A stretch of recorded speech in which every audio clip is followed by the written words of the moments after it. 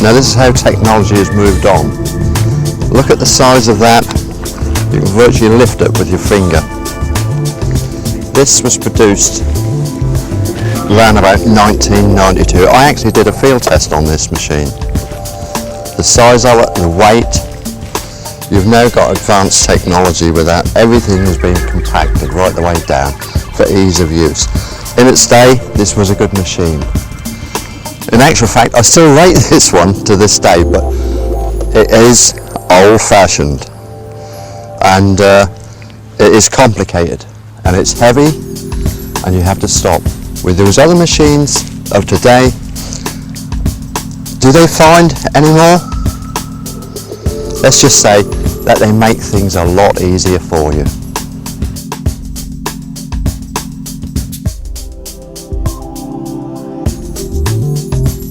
By going from the simplicity of the Garrett, which is roughly about £150, you can then go to this new machine which I've been testing just recently, the X-Terra 70.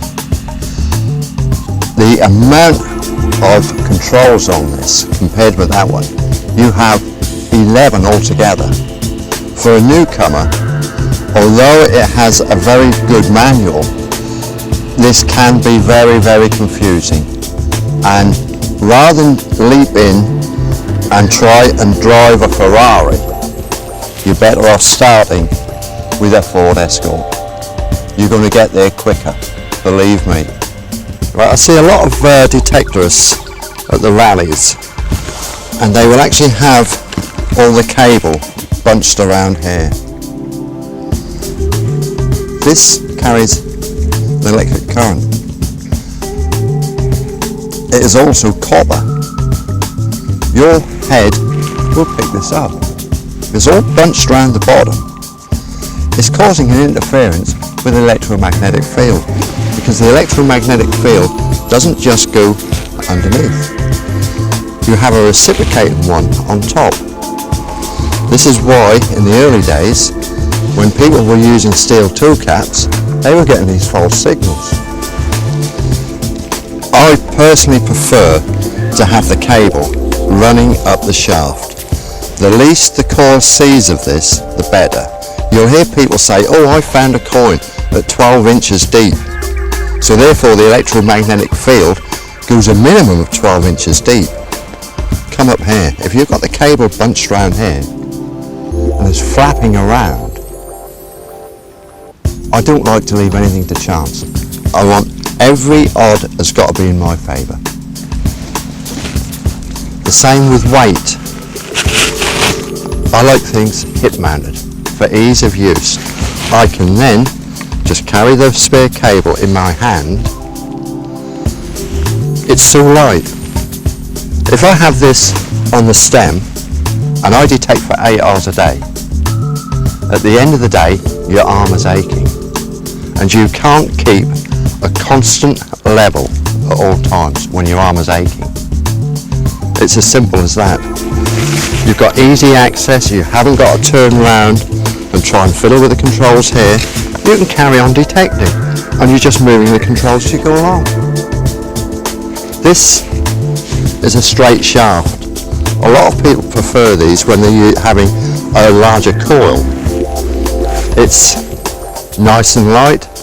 It's not necessary on the machines with a smaller coil, but with this, having it here is very well balanced, easy to use. This is what you're looking for at the end of the day.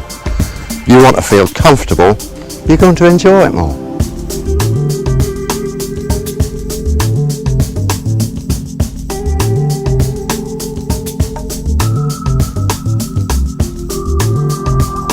Right, the length of the sweep is very important for not missing the ground.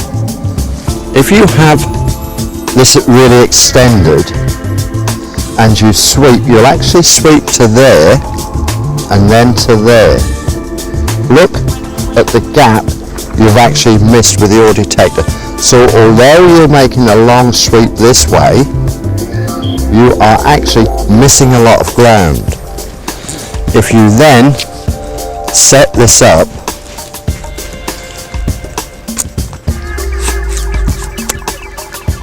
So in actual fact, the coil is nice and comfortable. It's round about a foot or so in front of your leading foot. So then you do a 4-foot sweep and look at the amount of times I have then gone over the same area. But a common fault with detectorists, you'll see them on quite a few on the rallies, is the angle of the coil head. It is actually an optical illusion.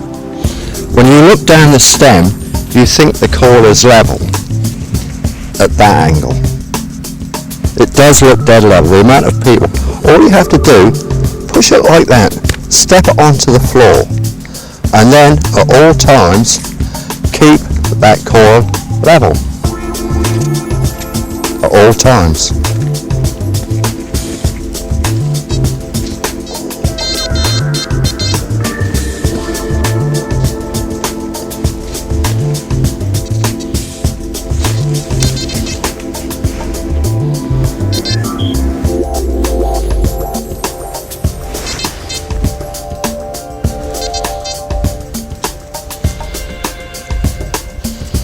Ubiquitous cartridge top.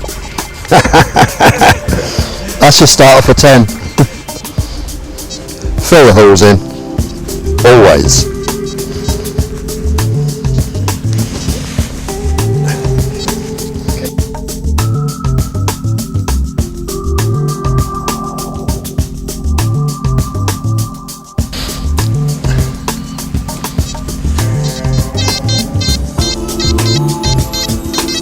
Obviously it's not that at the back end there,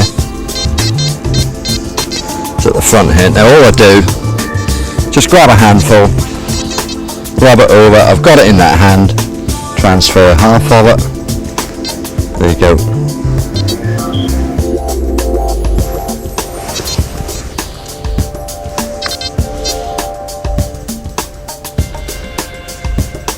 Things are looking up, this time we've got a button. Too many people become obsessed with this step thing. They'll go on a field, they're not finding, after about an hour or so and they're getting fed up. So what do? They stop or turn it up. Stuff must be a lot deeper. It isn't. If you're not finding it at the correct settings, by altering the settings, you're actually gaining less depth. If you're not finding, it isn't there. Have confidence in your ability and your machine. Don't keep chopping and changing. Chop and change only when conditions dictate, not because you're not finding. You're actually wasting time.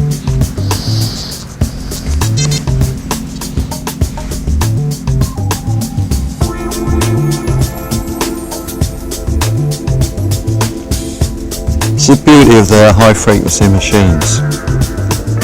You'll find something as tiny as that with ease. When you've got the FLOs, rather than going this way where you've got to keep altering the shape of the coil for the contours, travel across it this way. You'll find it is a lot easier to walk, and you can cover the ground far easier. Just by following the contours, you try and come this way and you can be all over the place.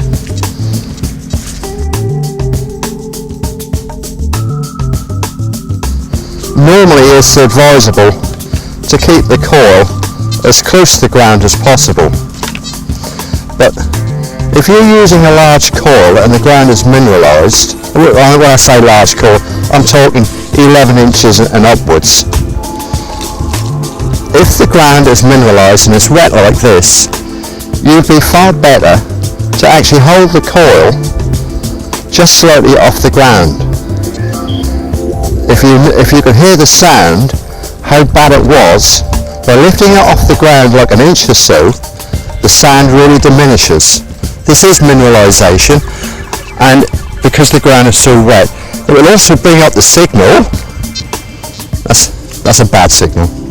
It will also bring up the signal, but it also increases the effect of mineralisation.